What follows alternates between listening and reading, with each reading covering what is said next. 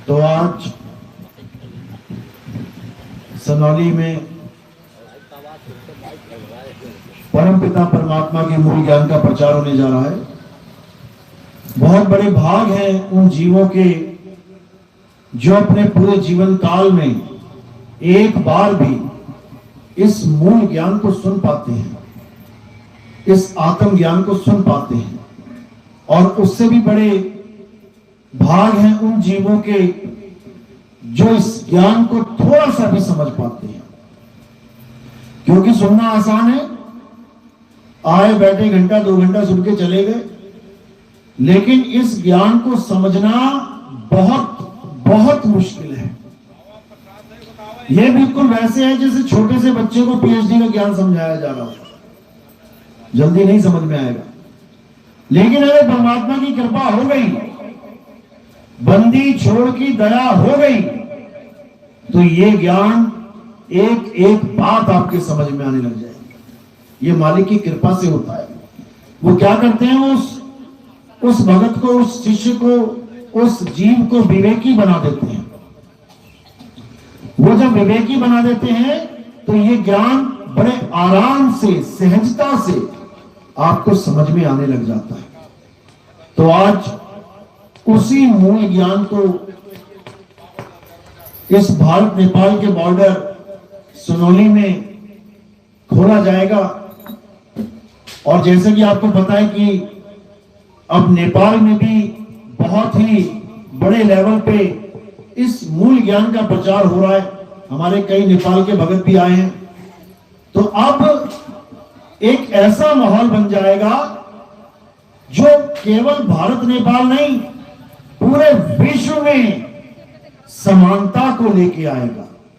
ये जितने भी भेदभाव हैं, इंसान इंसान से नफरत करता है, कभी देश की सीमाओं में नफरत का बीज बो देता है, मैं भारतीय, तू नेपाली, मैं पाकिस्तानी, मैं बंगाली। कभी अपने देश में ही जात पात में बढ़ जाता है, मैं हिंदू, तू मुसलमान, वो सिख, वो ईसाई। कभी अपने ही धर्म में बिल्कुल ही जाति भेद में फंस जाता है, मैं राजपूत, तू ब्राह्मण, ये शूद्र, ये वो। ये सब खत्म हो जाएगा। ये सब खत्म हो जाएगा। कैसे खत्म होगा? जब हम इसके मूल भेद को समझ लेंगे कि आखिर ये बंटवारा हुआ है तो हुआ क्यों है। अगर ये पेड़ बना है तो बना क्यों है? क्यों बना है? क्योंकि बीज डाल दिया गया, उसके बाद उसको खूब पानी दिया गया, उसके बाद वो अंकुरित होके पौधा बनके आज पेड़ बनके पूरे विश्व में फैला हुआ है। अब ये बीज क्या है? इस बीज का नाश करना है केवल। ये जात पात धर्म भेद, तेरा नाम मेरा नाम, तेरा भगवान मेरा भगवान, ये मंत्र वो मंत्र, ये जंतर, ये सब का सब एक ही बीज से उत्पन्न हुआ है। जैसे एक ही बीज से जब पौधा निकलता है तो क्या क्या निकल जाता है उस बीज में से? तना निकल जाता है, डाली निकल जाती है, टहनियां निकल जाती हैं, पत्ते निकल जाते हैं, फल निकल जाता है, फूल निकल आता है, कितना कुछ निकल आया। किसमें से? एक बीज में से। इसी प्रकार इस दुनिया के जितने भी नाम हैं, जितने भी धर्मों के नाम हैं, जितने भी देवी देवताओं के नाम हैं, जितने भी अल्लाह वाहिगुरु गॉड के नाम हैं, इन सब नामों का बीज क्या है? अक्षर। अक्षर यानी हमारे मुंह से निकलने वाले अक्षर। अगर ये अक्षर मुंह से ना निकले होते, अगर इस अक्षर का किसी ने भी खोज नहीं किया होता, तो क्या नाम लेते आप किसी का? अपना और तुम्हारा और किसका क्या नाम रखते? कौन से भगवान का नाम होता यहाँ पे? कौन सी जात पात का नाम होता? कौन सा धर्म का नाम होता? कौन सा देश का नाम होता? ये सारे नाम कहां से आते हैं? अक्षरों से। अ आ इ ई उ ऊ का खा गा, यानी वर्ण। और सारे वर्ण किससे बन रहे हैं? स्वर और व्यंजन से। तो इन्हीं को समझना है। ये 52 अक्षर बीज हैं हमारे सारे झगड़ों का, हमारे सारे भेदभावों का। ये 52 अक्षर खत्म। अब ब्राह्मण का बा कहां से लेके आओगे, क्षत्रिय का शाह कहां से लेके आओगे, शूद्र का शाह कहां से लेके आओगे, राजपूत का रा कहां से लेके आओगे। ये सब खत्म हो जाएगा और फिर क्या होगा, सब एक हो जाएंगे। तब होंगे एक, जब ये 52 का जाल टूटेगा। तो आज इसी 52 के ऊपर आपको अच्छे से ये ज्ञान समझाया जाएगा कि कैसे हम सब 52 के जाल में उलझे हुए हैं। अरे 52 के जंजाल में फंस गया ये संसार, और सिमरन 52 का करे कैसे लागे पार। तो आज का सत्संग शुरू करने से पहले परम पिता परमात्मा के नाम पे जयकारा लगाएंगे और फिर सत्संग शुरू करेंगे। बोलिए परम पिता परमात्मा की, सतगुरु बंदी छोड़ कबीर साहेब की, सतगुरु मदनपति साहेब की, सतगुरु गुलामपति साहेब की, दिवानपति साहेब की, सतगुरु राम सेवक साहेब की, सतगुरु राजपति साहेब की, सभी संतों की, सभी भक्तों की, कलियापुर धाम की, आज के आनंद की, इस गांव नगर बस्ती की, सत्संग कराने वालों की, इनके माता पिता की, इनके बाल गोपाल की, संगत में आए सब परमात्मा के बच्चों की। बोले नितिन साहेब की। तो आज 52 अक्षर और आदि अक्षर, इन दोनों का भेद समझना है। जिसने ये भेद समझ लिया, समझ लो कि काल भगवान उसके आगे माथा टेक देता है। वो फंसा नहीं सकता, क्योंकि उसका जाल ही 52 का है। वो 52 का जाल ही फेंक के बैठा है पूरे संसार में, और जो उसके 52 के जाल को काट देगा वो इस जन्म मरण से निकल जाएगा, और जो 52 के जाल में फंसा रह जाएगा वो 1,84 में भटकेगा। कोई पूछने वाला नहीं होगा उसे कि क्या हाल चाल है तेरा, खाना खाया कि नहीं, आराम से है कि नहीं। अभी इंसानों पूछ लेते हो एक दूसरे को, लेकिन एक बार 84 में चले गए, ये खेत में मेंढक बन के उछलते रहोगे पूरी पूरी रात। फिर कोई सांप आएगा पकड़ के खाएगा, कोई नहीं बचाएगा। वीडियो बनाएंगे सारे, एक भी ना बचाएगा। शेर हिरण को खाएगा, वीडियो बनाएंगे सारे, एक भी नहीं बचाएगा। समझ लेना, ये इंसान जन्म बड़ा अनमोल है, लेकिन इसको लेखे कैसे लगाना है, इसको कैसे सफल बनाना है, तब तक ये सफल नहीं बन सकता जब तक तुमने 52 अक्षर का भेद और आदि अक्षर का भेद नहीं जान लिया। कबीर साहब कहते हैं, जो नर पड़े 52 के फेरा, सो नर जाने काल का चेहरा। जब 52 का टूटे डोरा, सहजे छूटे काल झकोरा। फिर नहीं आए फिर नहीं जाए, सार शब्द में रहे समाए। कहते हैं जो नर पड़े 52 के फेरा। अगर किसी गुरु ने 52 अक्षर के मंत्र जंत्र पकड़ा दिए और कह दिया बेटा मरते दम तक ये जपते रहना, तुम्हारी अंत में मुक्ति हो जाएगी, बर्बाद कर दिया उसने तुम्हारा जीवन। उसने तुम्हें 52 अक्षरों से जोड़ दिया। उसने तुम्हें हिंदी, उर्दू, पंजाबी, फारसी, अरबी के नामों से जोड़ दिया। जोड़ना किससे था? आदि अक्षर से। जोड़ किससे दिया? 52 अक्षर से। यही काल के दूत हैं, साइंस समझा रहे हैं। जो नर पड़े 52 के फेरा। कोई हिंदू है तो कह रहा है राम राम राम राम राम राम राम राम जप लो। कोई मुसलमान है कह रहा है अल्लाह अल्लाह अल्लाह जप लो। कोई सिख भाई है तो कह रहा है वाहिगुरु वाहिगुरु वाहिगुरु वाहिगुरु जप लो। और कोई ईसाई है तो कह रहा है गॉड गॉड गॉड जप लो। असल में ये चारों को लग रहा है कि हम अलग अलग भक्ति कर रहे हैं, लेकिन असल में ये चारों ही एक ही जाल में फंसे हुए हैं। कौन सा जाल? 52 अक्षर का जाल। ये 52 अक्षर का जाल है जिसमें बड़े बड़े विद्वान फंसे पड़े हैं।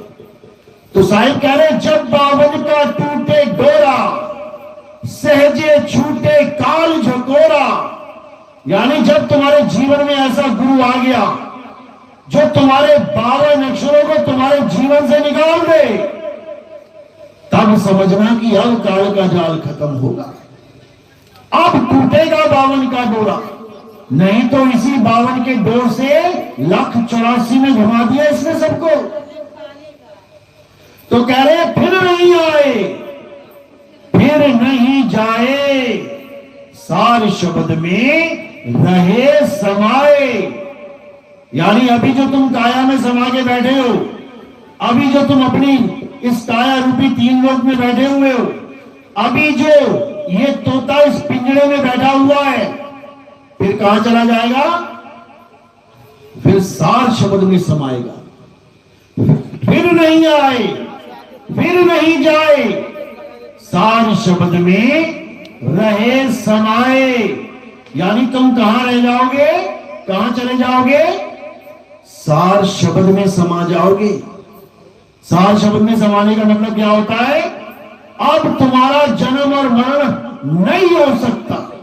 लेकिन अगर तुम 52 अक्षरों के जाप में उलझ गए, किसी भी मंत्र में उलझ गए, 2 नाम, 3 नाम, 5 नाम, 10 नाम, जो निरंकार सो हंसत नाम सत पुरुष काल पुरुष स्वरूपीराम ओम तत्सत ओम सम, जो मर्जी जप लो, किसी की मुक्ति होने वाली नहीं है, क्योंकि 52 का डोरा टूटा ही नहीं।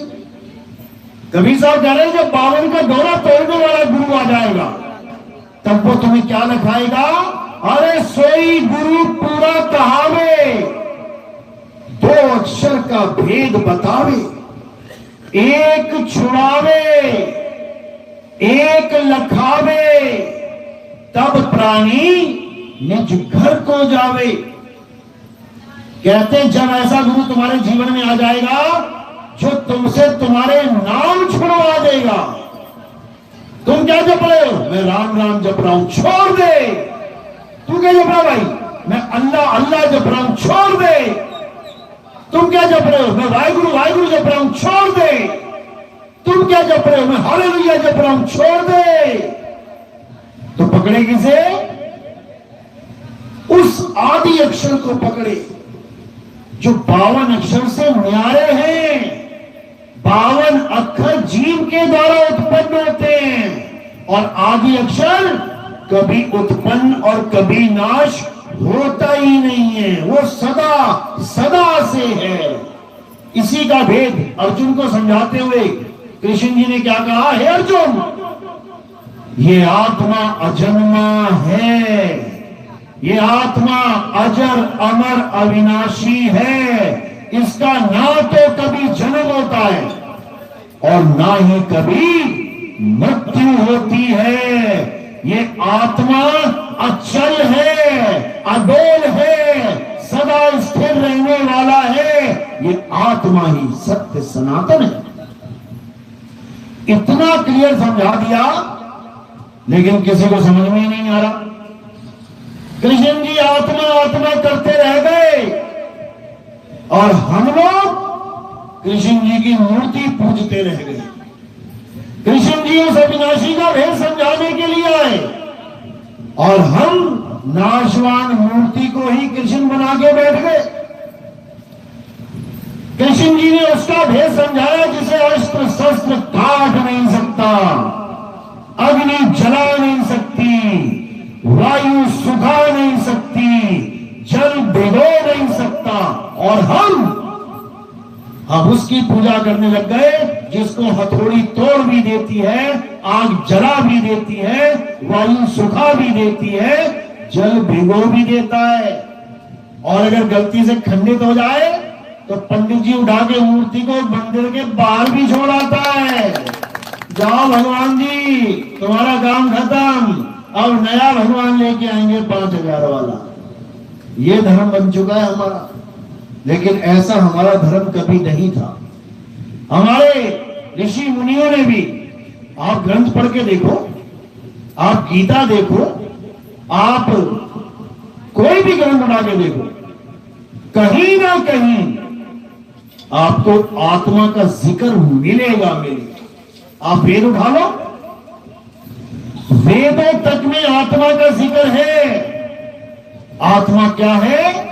अव्यक्त है। वो अव्यक्त है, वो व्यक्त नहीं होती, वो दिखाई नहीं देती, वो तुम्हें सुनाई नहीं देगी, लेकिन फिर भी है। उसी की वजह से ये काया चल रही है, उसी की वजह से ये हाथ हिल रहा है, ये पैर चल रहे हैं, ये आंखें घूम रही हैं, ये जुबान हिल रही है, उसी आत्मा की वजह से। आत्मा है तो हिंदू जय श्री राम कह रहा है, आत्मा है तो मुसलमान अल्लाहू अकबर कह रहा है, आत्मा है तो सिख भाई सत श्री अकाल कह रहा है, आत्मा है तो ईसाई हालेलुया कह रहा है। चारों ही कुछ ना कुछ कह रहे हैं। किसकी वजह से? आत्मा की वजह से। लेकिन आत्मा को ही नहीं जान रहे। आत्मा का नाम सबने सुना है ना? सबने सुना है आत्मा? अपनी अपनी आत्मा लेके आए सारे, घर तो नहीं छूट गई किसी की। सच में साथ में है क्या? हाथ लगा के देखो, है क्या? कैसे पता लगेगा? कहां हाथ लगाओगे? हाथ लगाने की जरूरत ही नहीं है। तुम मुझे देख रहे हो, मैं तुम्हें देख रहा हूं, तुम मुझे सुन रहे हो, मैं तुम्हें सुन रहा हूं। इसका मतलब आत्मा है, आत्मा है। मैं तुम्हें देख रहा हूं, तुम टेढ़े हो जाओ, शरीर छूट गया, ना दिल की धड़कन है ना सांस है, मैं तुम्हें देख रहा हूं लेकिन तुम मुझे नहीं देख पा रहे हो।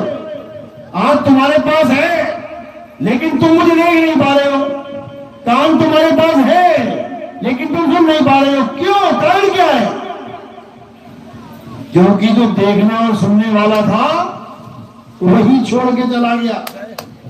समझो, उसी आत्म तत्व को हमने जानना है कि आखिर वो है क्या। किस कारण मेरा ये शरीर जीवित हो गया है?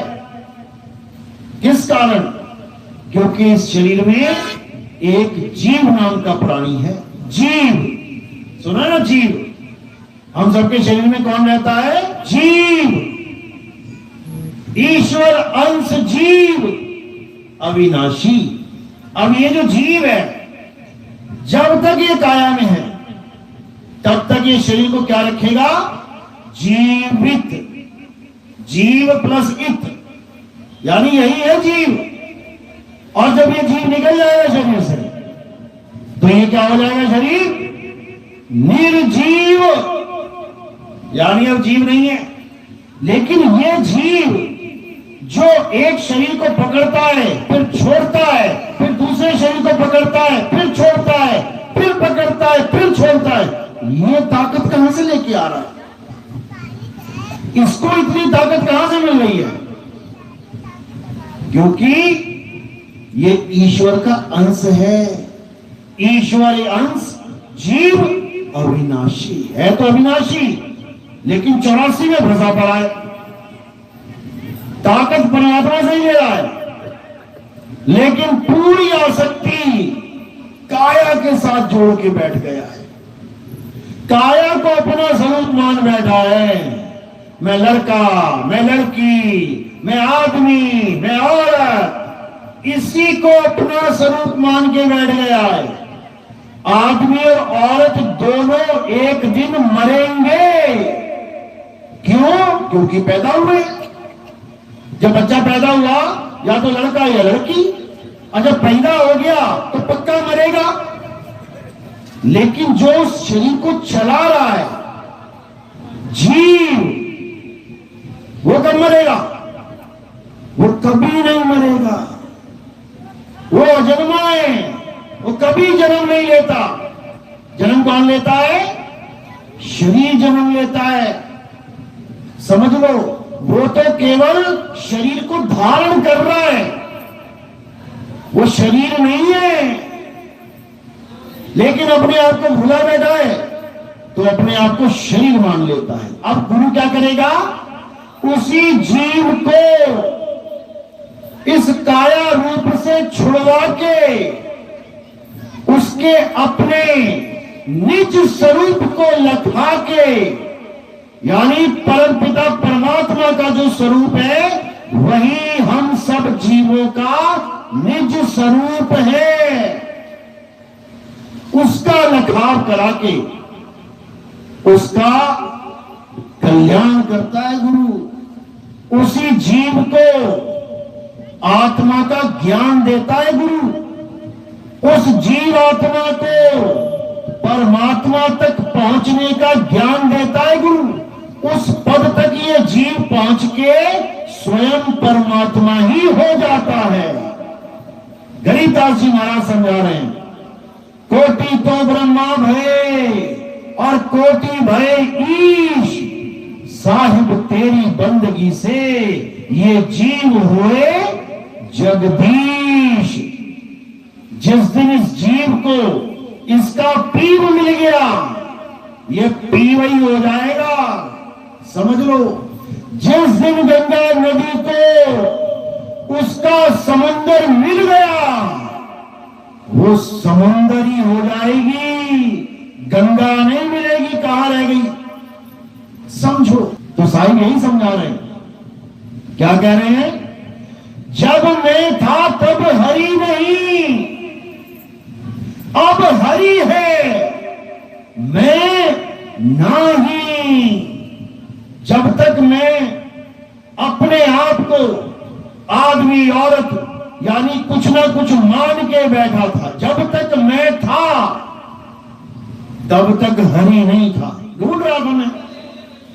अब जब मैंने उसको पा लिया, अब हरि है, मैं नहीं। अब मैं कुछ हूं ही नहीं, क्योंकि हरि के स्वरूप में ही समा गया। अब हम दो रहे ही नहीं गए। इसी को साहिब समझा रहे हैं। अब तो जाए चढ़े सिंहासन, मिले हैं सारंग पानी, राम कबीरा एक भय हैं। पहले कितने थे? पहले दो बने बैठे थे, अब दो नहीं रहे। राम कबीरा एक भय हैं और कोई ना सके पहचानी। गंगा समुद्र में गिर गई, अब पहचान के बताओ गंगा का पानी कहां है? कहां गया गंगा का पानी? दिखाओ जरा, करके दिखाओ। अलग नहीं कर सकते। इसी प्रकार ये सारे जीव ये कहां समाएंगे? जाके ये परमात्मा में समाएंगे। लेकिन इनको परमात्मा में समाने से रोकने के लिए काल भगवान ने क्या बना डाला? 52 अक्षरी नाम, कि इसको परमात्मा के झूठे नाम पकड़ा दिए जाए। झूठे नाम मतलब बोलने लिखने पढ़ने वाले नाम, झूठे नाम। सच्चा नाम नहीं है ये। झूठा नाम क्यों है? क्योंकि ये बनता और बिगड़ जाता है। तुम कोई भी नाम लिख दो कागज में पेंसिल से, उसके बाद रबर उठाओ, साफ कर दो, नाम खत्म हो गया, नाम मिट गया। ये लिखने और मिटने वाले नाम ये सच्चे नाम नहीं है, ये झूठे नाम है, ये कृत्रिम नाम है, नकली नाम है। गुरु ग्रंथ साहब में भी इशारा किया गया, कृत्रिम नाम कथे तेरे जीपा, सत्य नाम तेरा परा पुरबला। यानी हे प्रभु, तेरे जो नकली नाम है, नकली क्यों बोल रहे हैं? क्योंकि इंसानों ने बनाए। भगवान राम का नाम दशरथ जी ने एक रखा था, राम। आज तुम गूगल पे सर्च करो भगवान राम के 108 नाम मिल जाएंगे ना। ये कौन बना रहा है भाई? पिता ने पुत्र को एक नाम दे दिया, और नाम कौन देता है? बाप देता है। किसको? बेटे को। बाप ही बेटे को नाम देता है ना। तो दशरथ जी ने राम जी को नाम दे दिया, समझ में आता है बाप ने नाम दे दिया। यहां तो बच्चे बाप को नाम दे रहे हैं। ये बच्चों ने 52 अक्षरों के द्वारा हजारों नाम बना दिए बाप के। कमाल कर दी। ये परमात्मा के बच्चों ने परमात्मा का ही नामकरण कर डाला। इसीलिए ये दुविधा में फंसा पड़ा है। इसीलिए परमात्मा के नाम लेने पर भी इसकी मुक्ति नहीं हो रही है। इसीलिए परमात्मा के नाम के पीछे झगड़े, लठ, गोलियां चल रही हैं, क्योंकि इंसानों ने बना दिए भाई, इंसानों ने। लेकिन साहब समझाते हैं कि ये 52 अक्षर जो इंसान ने बना दिए हैं, ये अपनी मौत का सामान तैयार कर दिया है। आज जितनी मौतें धर्म के नाम पे होती हैं, आज जितनी मौतें इन जात पात के नाम पे होती हैं, आज जितनी मौतें इस भेद के नाम पे होती हैं, तू भला मैं ठिकाना, तू ये तू वो, इतनी मौतें किसी कहीं नहीं होती, कहीं नहीं होती मौतें। ना कोई डॉक्टर किसी डॉक्टर का कत्ल कर रहा है, ना कोई सुनार का कत्ल कर रहा है, ना कोई साइंटिस्ट का कत्ल कर रहा है, ना कोई मोची का कत्ल कर रहा है। ये कत्ल कौन कर रहे हैं? ये भगवान का नाम लेने वाले कत्ल कर रहे हैं। ये तलवारें कौन चला रहा है? भगवान का नाम लेने वाले तलवारें चला रहे हैं। समझ लो, अच्छी खासी जिंदगी पे बला आ गई तुम्हारे। ये नाम एक बला है। कबीर साहब समझा रहे हैं, भला हुआ मेरी माला टूटी, मैं राम भजन से छूटी, मेरे सिर से टली बला। ये बला है, ये नाम बला है। क्यों? क्योंकि नकली है। असली दवाई खाओ तो क्या होता है? आदमी स्वस्थ हो जाता है, और नकली खा ले तो बिस्तर में पड़ जाता है। इसी प्रकार असली घी खाओ तो ताकत आती है, और नकली घी खाओ तो किडनी फेल हो जाती है। इसी प्रकार असली नाम मिल जाए तो कल्याण हो जाता है, और नकली नाम मिल जाए तो 84 में घमासान हो जाता है। फिर बनो कुत्ता, बिल्ली, हाथी, घोड़ा, लड़ते रहो जंगल में। तो साहिब समझा रहे हैं, असली नाम और नकली नाम को पहचान लो। नकली नाम इंसानों के द्वारा बनाया जाता है।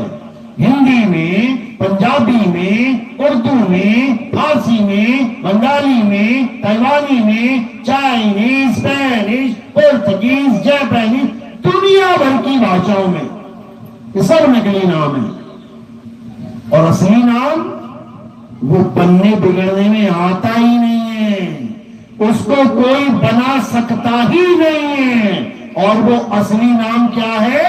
ये वही नाम है जिसके लिए बोला जाता है, कलयुग में एक नाम आधारा, सिमर सिमर नर उतरो पारा। जो लोग ये वाणियां बोलते हैं उनसे बस इतना पूछ लेना कि भाई साहब, कलयुग में एक नाम आधारा, इसका मतलब कलयुग में नाम से मुक्ति होती है। तो सतयुग, द्वापर, त्रेता में क्या नाम नहीं थे? क्या सतयुग, द्वापर, त्रेता में नाम नहीं जपे जाते थे? तो उसमें भी तो नाम ही आधार है। तो ये वाली लिखने की क्या जरूरत है? चारों युग में नाम आधारा। तब तो समझ में आता है कि भैया एक ही नाम की बात चल रही है। जो त्रेता में था, जो सतयुग में, द्वापर में था, वही कलयुग में है। लेकिन केवल कलयुग किया जा रहा है। गुरु साहब ने क्या लिखा है? अब कलयुग आयो रे, एक नाम बोलो बोलो। यानी अब ऐसी फसल बोली है तुमने नाम की, अब कलयुग आ गया है। तो भैया सतयुग में भी तो नाम ही जप रहे थे ऋषि मुनि, त्रेता में भी तो नाम ही लेके बैठे थे।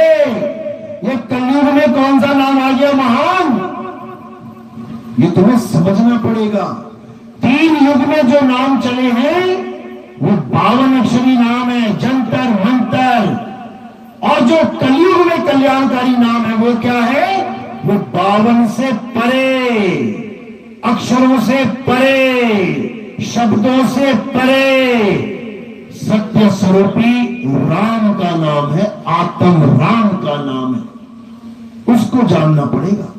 तो साहिब समझा रहे हैं, ओंकार आदि में जाना और लिखने और मेटे ताहि न माना।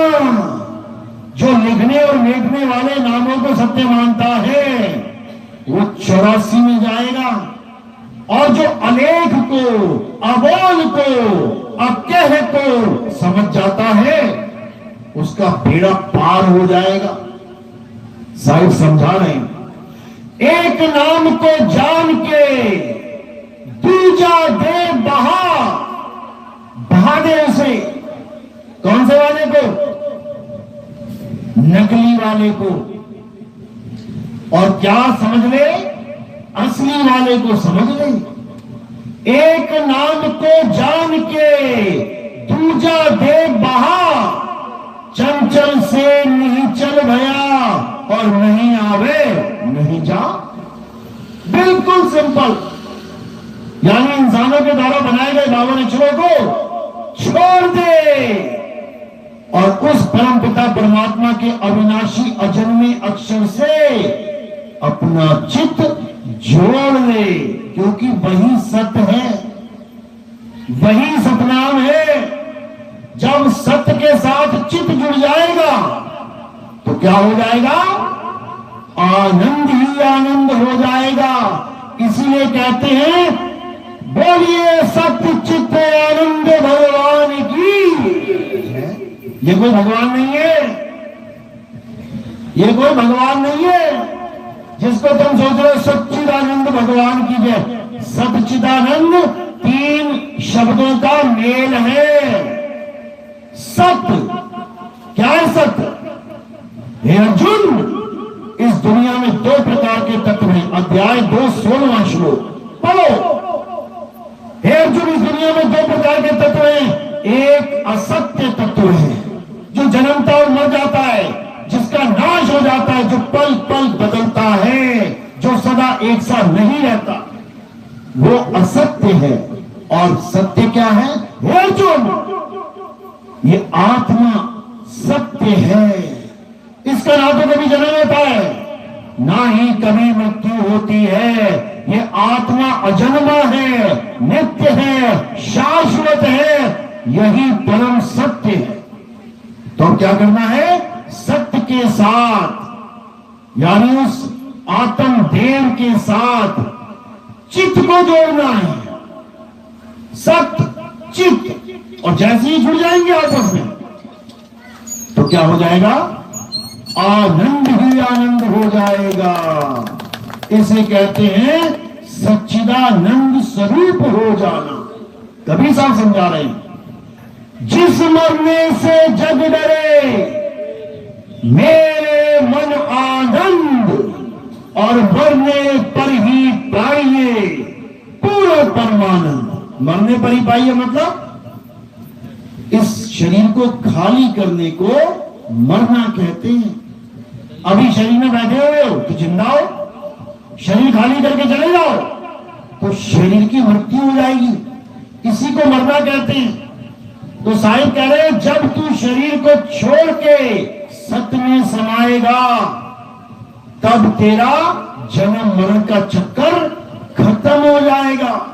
तब तुझे ऐसा स्थान जिसे अमरपुर कहते हैं, अमरपुर। और ये क्या है? ये क्या है? ये 3 लोक हैं। इसको मृत्यु लोक कहते हैं, इसको काल का लोक कहते हैं। अभी 3 लोक में विराजमान हो और उसके बाद सतलोक में चले जाओगे, यानी अपने सत्य स्वरूप में समा जाओगे। यही कबीर साहब समझा रहे हैं, अमर करूं सतलोक पठाऊं ताते बंदी छोड़ कहाऊं। यानी अब तुम्हें मैं मरने नहीं दूंगा। एक बार अगर ये नाम मिल जाए किसी को, उसके बाद उसकी मौत हो ही नहीं सकती, क्योंकि वो काया रह ही नहीं जाता। वो क्या हो जाएगा? आत्मा ही हो जाएगा। जब वो आत्मा ही हो गया, अब उसकी एक्सपायरी डेट कैसे बताओगे? आत्मा कितने साल में मर जाती है?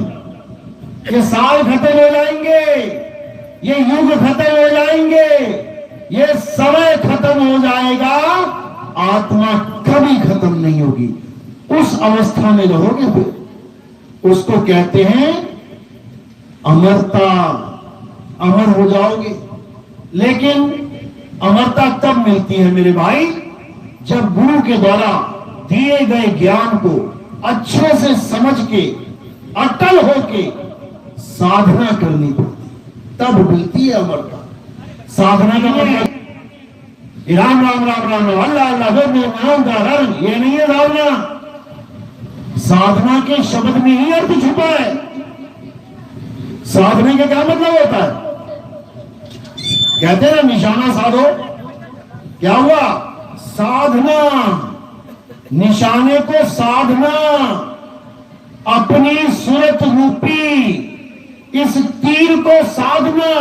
और निशाना कहां लगाना है? शब्द रूपी गुरु में निशाना लगना चाहिए। इसको कहते हैं साधना। कबीर साहब समझा रहे हैं, क्या कह रहे हैं? निशाना कोई मारे संत सुजान। निशाना मारने को ही साधना कहते हैं। साधना का मतलब ये नहीं है कि मंत्र जंतर जप लिए, ये मंदिर मस्जिद गुरुद्वारे घूम लिए, ये चारों धाम घूम लिए, ये बड़े बड़े तीर्थों में चले गए। ये साधना नहीं है। साधने का मतलब है निशाने को साधो। मरने के बाद कहां जाना है? उस स्थान को साधो, तब कल्याण होगा। क्यों? क्योंकि जब शरीर छूटेगा तो जहां तुम्हारा निशाना होगा तुम वहीं चले जाओगे। कोई नहीं रोक सकता, कोई नहीं रोक सकता तुम्हें। साहिब ने समझाया, जहां आशा तहां वासा होई, और बात को रोक सके ना कोई। अगर तुम्हारी मौत आने वाली है, उस वक्त तुम क्या करोगे ये तुम्हें पता है। तो मेरे भाई, दोबारा तुम मां के गर्भ में नहीं आ सकते। और अगर तुम्हारी मौत आने वाली है और तुम्हें नहीं पता मैं क्या करूं, तो तुम पक्का मां के गर्भ में चले जाओगे। जड़ भरत नाम का एक ऋषि था, सारी उम्र पूजा पाठ करता रहा, सारी उम्र राम राम राम राम करता रहा, सारी उम्र वेद पुराण पढ़ता रहा, सब कुछ करता रहा। बूढ़ा हो गया, एक हिरण आ गया उसके आश्रम में, उसने पाल लिया। अच्छी बात है, छोटे से बच्चे को पाल लिया, जीवों पे दया करी, खूब खिलाए, खूब पिलाए, खूब प्यार करे। अच्छी बात है, जीवों पे दया कर रहा है, प्यार कर रहा है, खिला रहा है, पिला रहा है। हर समय देखता है कि कहां है, कहीं कोई जानवर तो नहीं पकड़ लिया, कोई ऐसा तो नहीं हो गया, कोई कुछ हो तो नहीं गया। अच्छी बात है, जीव की रखवाली कर रहा है, केयर कर रहा है। करते करते करते करते इतना ज्यादा रंग गया उसमें कि अब वो भक्ति भी करे तो उसको हिरण का बच्चा याद आए। भक्ति करते करते हिरण का बच्चा याद आ रहा है उसको। एक दिन ऐसे ही बैठा हुआ है, हिरण के बच्चे को बांध दिया, और जैसे ही मौत आई, भक्ति करते करते अब ध्यान जा रहा है हिरण के बच्चे की तरफ। अरे इसको मैंने बांधा हुआ है, कोई जानवर आएगा खाएगा, ये भाग भी नहीं पाएगा, ये घास भी कैसे खाएगा जब बंधा ही हुआ है। अच्छी बात है, जीव के बारे में सोच रहा है, दूसरा जीव भला सोच रहा है उसका, लेकिन उसका फल क्या मिला? कहते हैं अंत भला तो सब भला। भला ही सोच रहा था वो भी, लेकिन उस भले का फल क्या मिला? उस ऋषि को हिरण बन के अगला जन्म लेना पड़ गया, और फिर शेरों के आगे भागता फिर रहा जान बचाने के लिए। गलती क्या हुई है? सारी उम्र की भक्ति धरे की धरे रह गई, सारे उम्र के मंत्र जाप धरे के धरे रह गए, सारी उम्र के वेद पुराण हवन के धरे का धरा रह गया। वो हिरण का बच्चा हावी हो गया। कारण क्या है? कारण क्या है? क्योंकि उस बाबा को यह नहीं पता था कि जब मौत आएगी तो मैंने साधना किसे है, वो निशाना कहां है जो मुझे मृत्यु से भी बचा सकता है। यमराज तुम्हें छू नहीं सकता अगर तुम्हारे पास सतनाम है। अभी तुम्हें सतनाम की महिमा नहीं पता। यमराज तुम्हें देख नहीं सकता, उसकी समर्थता नहीं है कि तुम्हें देख भी रहे हो कि तुम हो कहां। अगर तुम्हारे पास सतनाम है तो तुम्हारा पिता तुम्हारी आंखों के सामने शरीर छोड़ के चला जाता है, क्या तुम्हारी हैसियत है कि उसको देख लो? क्या तुमने कभी देखा कि कोई आदमी शरीर छोड़ के जा रहा है, कोई आत्मा शरीर छोड़ के जा रही है? तुम कभी देख पाए आज तक? इसी प्रकार यमराज भी नहीं दे सकता तुम्हें। लेकिन अगर तुम्हें यह पता हो कि मैंने करना क्या है, और अगर नहीं पता क्या करना है, तो तुम्हें एक और शरीर मिल जाएगा, उसको सूक्ष्म शरीर कहते हैं। एक तो ये शरीर है, ये गिर जाएगा नीचे, घर वाले कहेंगे जला दो जला दो। छोटे से बच्चे को बोला तेरा पापा मर गया, तो वो कहता पापा को लेके कौन गया? कहते यमराज। कहते पापा तो यहीं पड़े हैं, यमराज कैसे लेके गया? पापा तो यहीं पड़े हैं, अगर यमराज ले जाता तो यहां पापा दिखाई देता मुझे। पिताजी नीचे लेटा हुआ, आप कह रहे यमराज ले गया, तो किसको ले गया? वो सूक्ष्म शरीर को। तुम्हारे पास एक शरीर नहीं है जो तुम लेके टहल रहे हो, तुम्हारे पास 6 शरीर हैं। 6 शरीर में ट्रैवल करते हो तुम अपनी जीवन यात्रा में। कौन कौन से शरीर है? ये मिट्टी का शरीर है, स्थूल शरीर, उसके बाद कारण, उसके बाद सूक्ष्म शरीर, उसके बाद कारण शरीर, उसके बाद महाकारण शरीर, उसके बाद कैवल्य शरीर, और उसके बाद हंस शरीर, हंस देही। ये 6 शरीरों में बड़े बड़े देवी देवता, पितर, भैया, भवानी, जपी तपी सब इसी में लोटन लोट हो जाते हैं। एक शरीर छोड़ा दूसरे में आ गए, दूसरा छोड़ा तीसरे में आ गए, तीसरा छोड़ा चौथे में, इसी में सारी कहानी चल रही है। लेकिन रहे शरीर के शरीर। यमराज पकड़ लेगा। यमराज शरीरों को पकड़ने में नंबर 1 है, तुम भाग ही नहीं सकते कहीं। यमराज कहां फेल हो जाता है? जब तुम्हें आत्मा का ज्ञान हो जाए।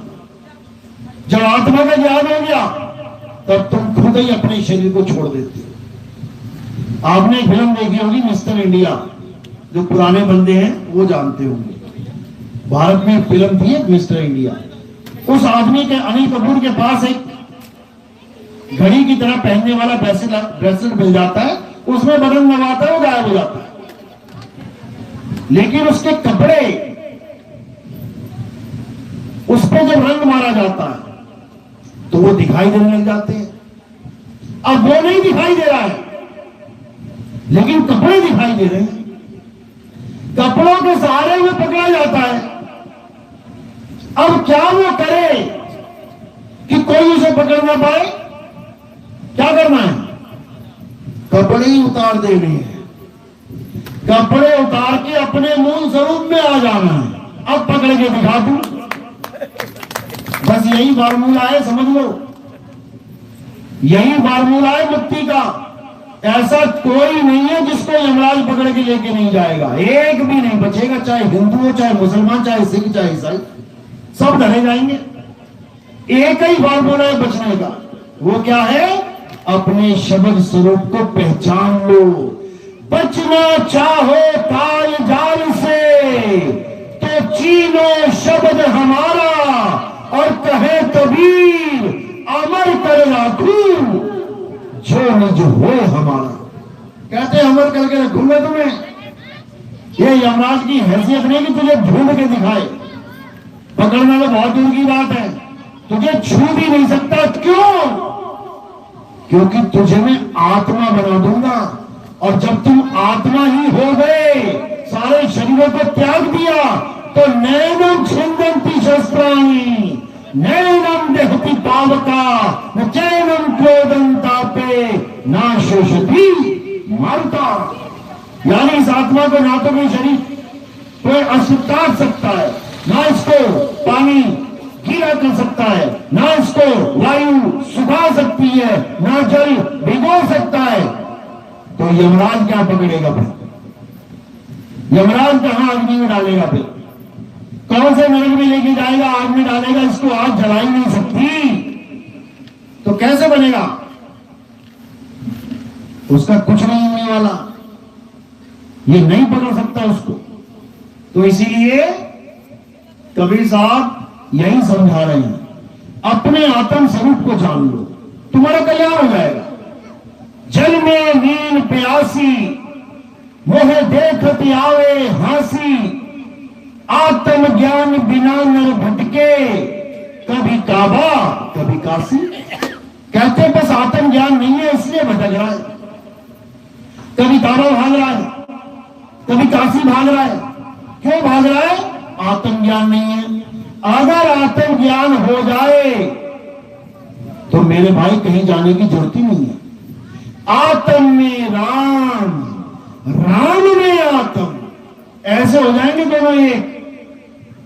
लेकिन कोई जानता ही नहीं है भेद, परमात्मा का भेद समझ में नहीं आ रहा।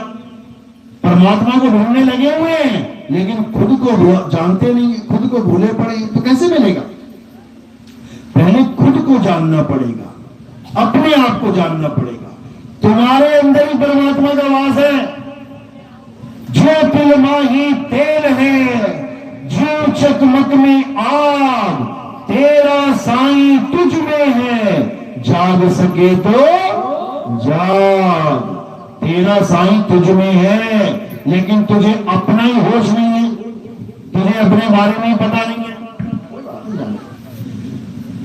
तुझे अपने बारे में पता नहीं है। अपने आप को तू शरीर मान बैठा है, तो परमात्मा को भी शरीर में खोज रहा है।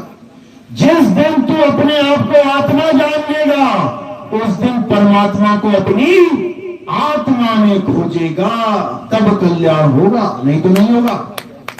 तो इसी वेद को समझाने के लिए सतगुरु बंदी छोड़ कबीर साहब और भी बड़े बड़े संत इस दुनिया में आते हैं और हमें आत्म ज्ञान से रूबरू होने का मौका देते हैं।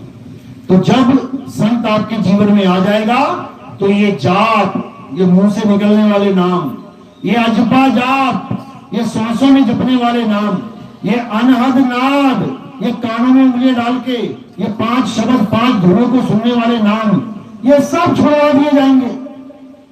साईं समझा रहे हैं, जाप मरे, अजपा मरे, अनहद भी मर जाए।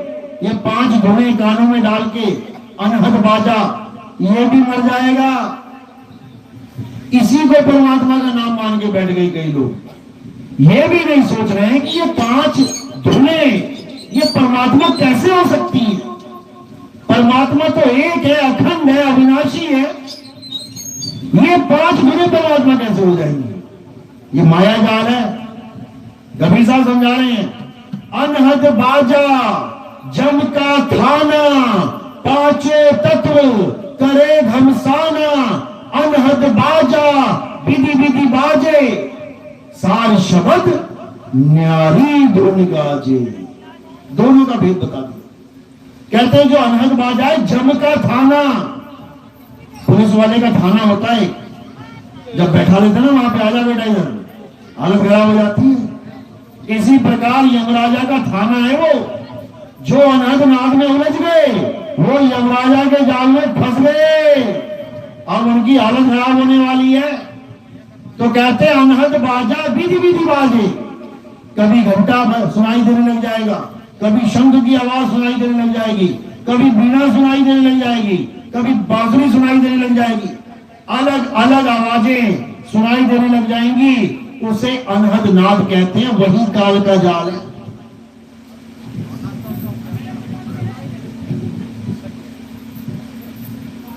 वही काल का जाल है। अनहद अनहद बाजा जमका थाना, ये काल भगवान का थाना है। ये पांचों तत्व करे घमसाना, इस काया में पांचों तत्व अपनी अपनी धुनें सुना रहे हैं, जीवात्मा मगन हुई पड़ी है। अनहद बाजा विधि विधि बाजे, साल शब्द न्यारी धुन गाजे। जो परमात्मा का असली नाम है वो न्यारी धुन अलग है, जिसके लिए बाबा जय गुरुदेव ने सन 1980 में बोला था, बड़े पंडाल में क्या बोला, बच्चा अभी तो तुम जय गुरुदेव नाम से 5 नाम से पार हो रहे हो, अभी तो तुम पार हो रहे हो, लेकिन भविष्य में आने वाला महात्मा जिसे ऊपर से आवाज आएगी, कितनी आवाज आएगी, एक आवाज आएगी। भविष्य में आने वाला महात्मा जिसे ऊपर से आवाज आएगी, फिर वो उसी को कहेंगे। यानी जैसे आज मैं तुम्हें 5 नाम दे रहा हूं, निरंजन ओंकार निरंकार सोहम सतनाम, जब वो भविष्य में आने वाला महात्मा आएगा तो ये 5 नाम छुड़वा देगा। और कौन सा नाम देगा, जो नाम ऊपर से उसको सुनाई देगा, फिर वो उसको कहेंगे। उसके बाद तुम्हारा इन 5 नामों से या जय गुरुदेव नाम से कल्याण नहीं होगा। कहां लिखा है ये बाबा जय गुरुदेव की पत्रिका में लिखा है, जो हर महीने छपती थी। क्या नाम था उसका, शाकाहारी सदाचारी। उसमें पढ़ो जाके कि बाबा जय गुरुदेव ने अपनी तमाम संगत के लिए क्या हुक्म दिया था।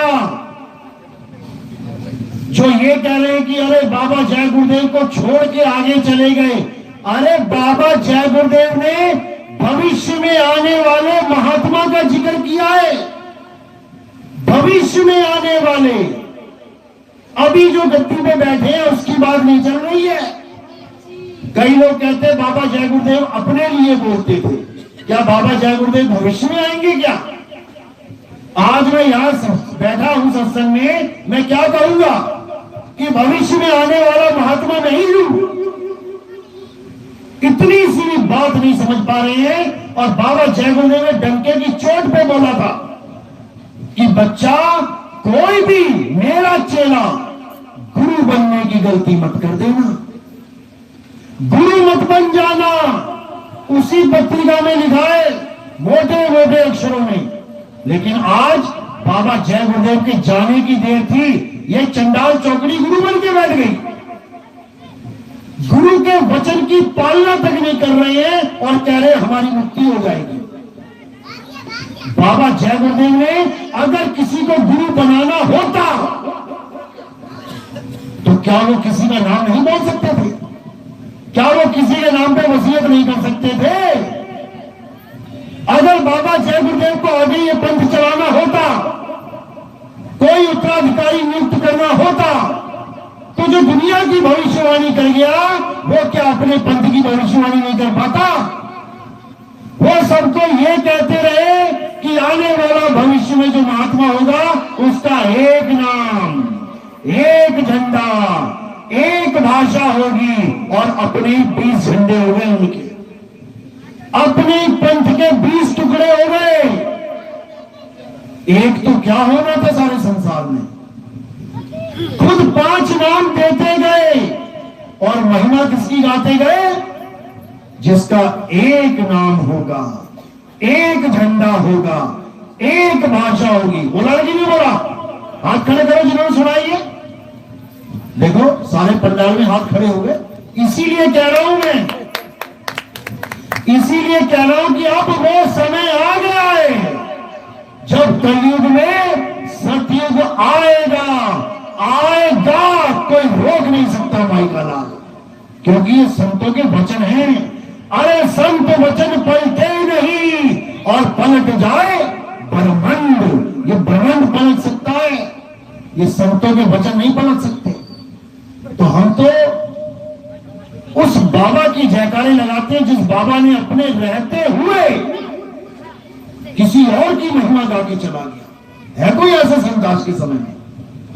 ऐसा ऐसा संत तुम्हें सूरज भी लेके घूमोगे ना, दिया छोड़ो तब भी नहीं मिलेगा।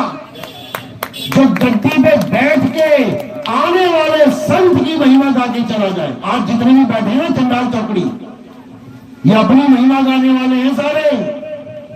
केवल एक इस दुनिया में संत है जो अपनी गद्दी पे अपनी संगत के सामने बोल के चला गया कि आने वाले समय में ना तो बाबा जय गुरुदेव के नाम से तुम्हारी मुक्ति होगी और ना ही इन 5 नामों से। लिखा हुआ है, पढ़ो, अपनी आंखों से पढ़ो।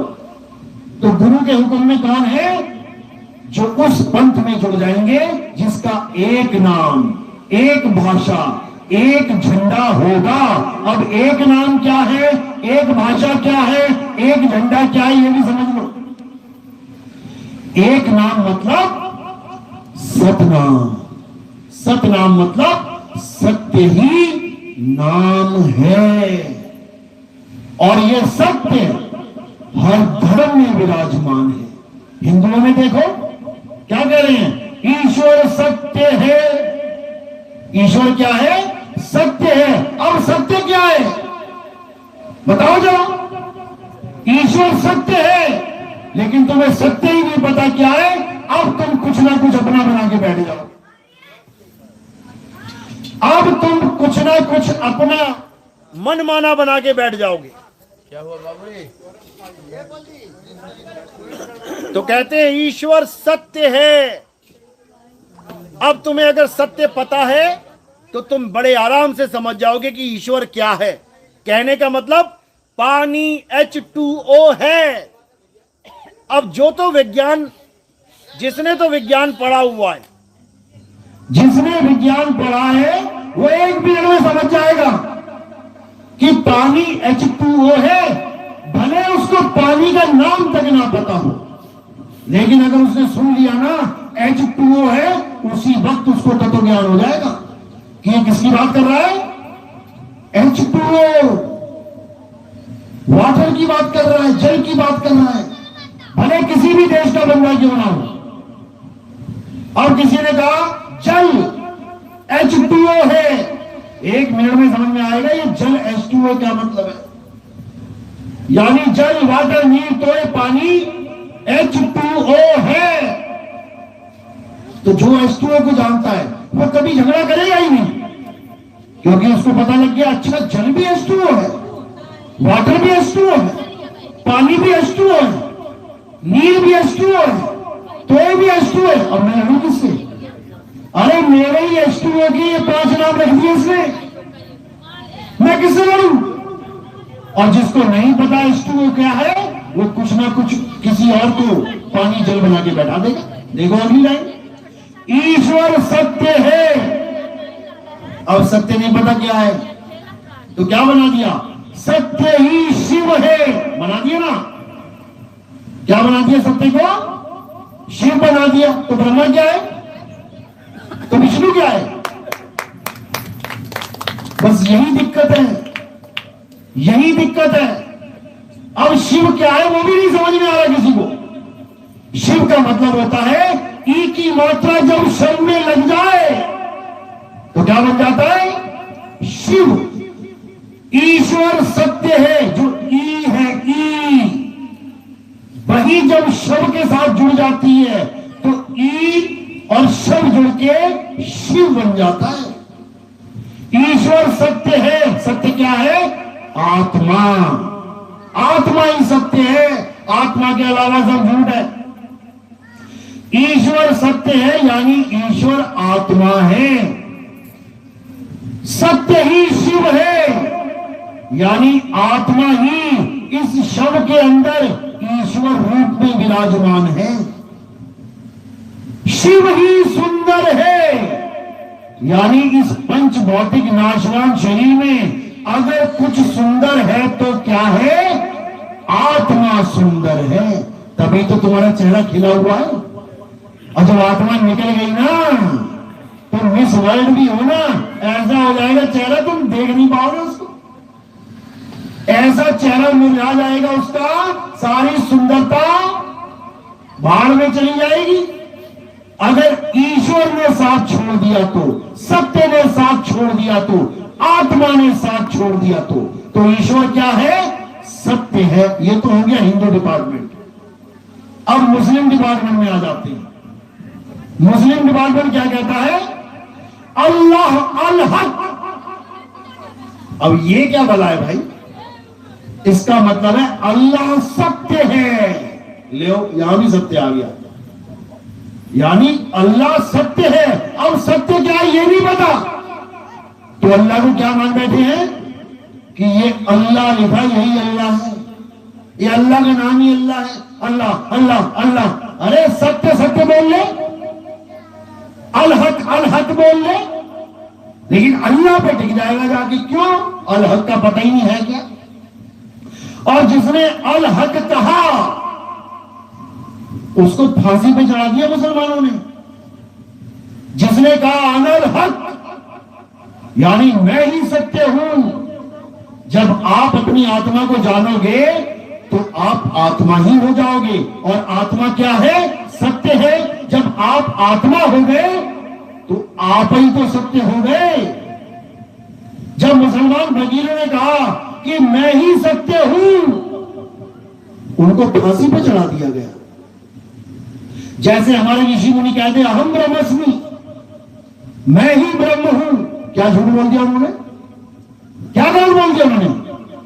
जब तुम ये मान रहे हो कि सब घट में परमात्मा विराजमान है, तो उसने यही तो बोला कि मैं परमात्मा हूं।